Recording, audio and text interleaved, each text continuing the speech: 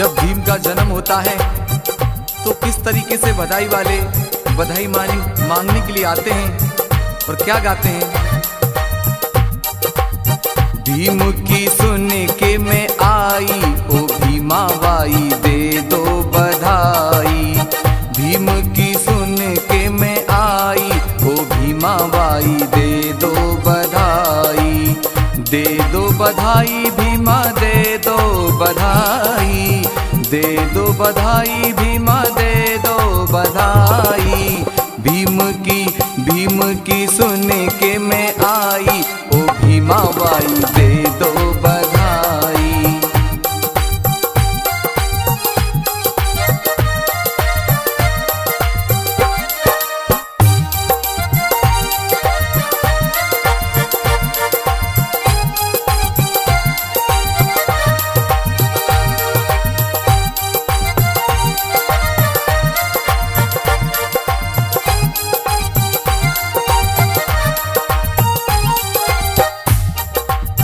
देख के सूरत भीमराव की,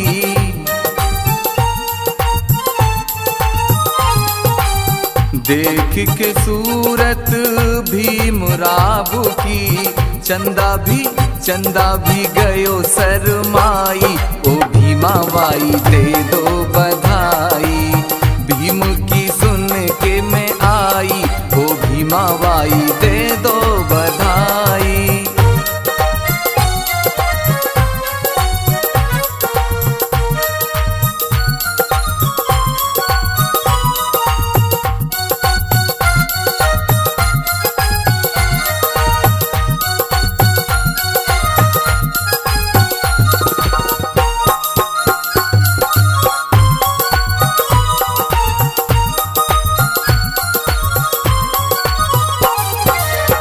मिलजुल मंगल गावे सखियां,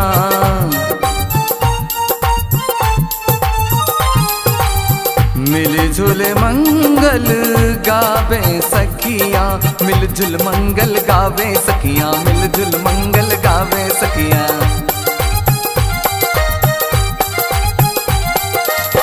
मिलजुल मंगल गावे सखियां, मिलजुल मंगल गावे सखियां।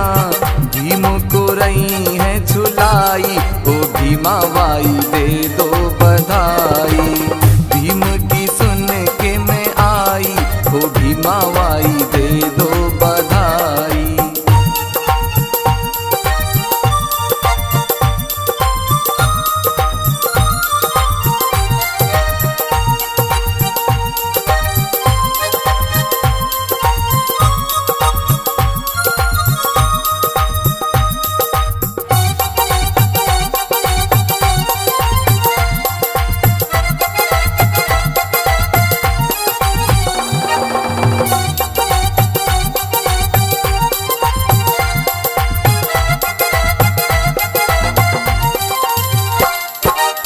शिक्षा भी देना भीमा देना संस्कार भी।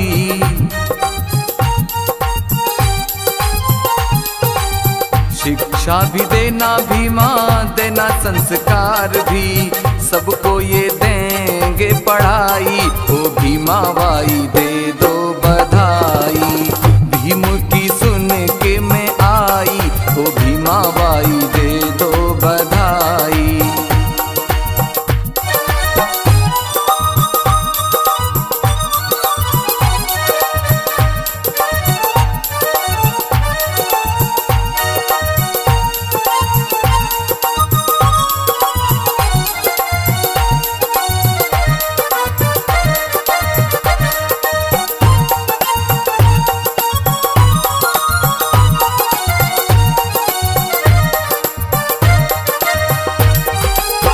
युग युग जिए भीम हजारी।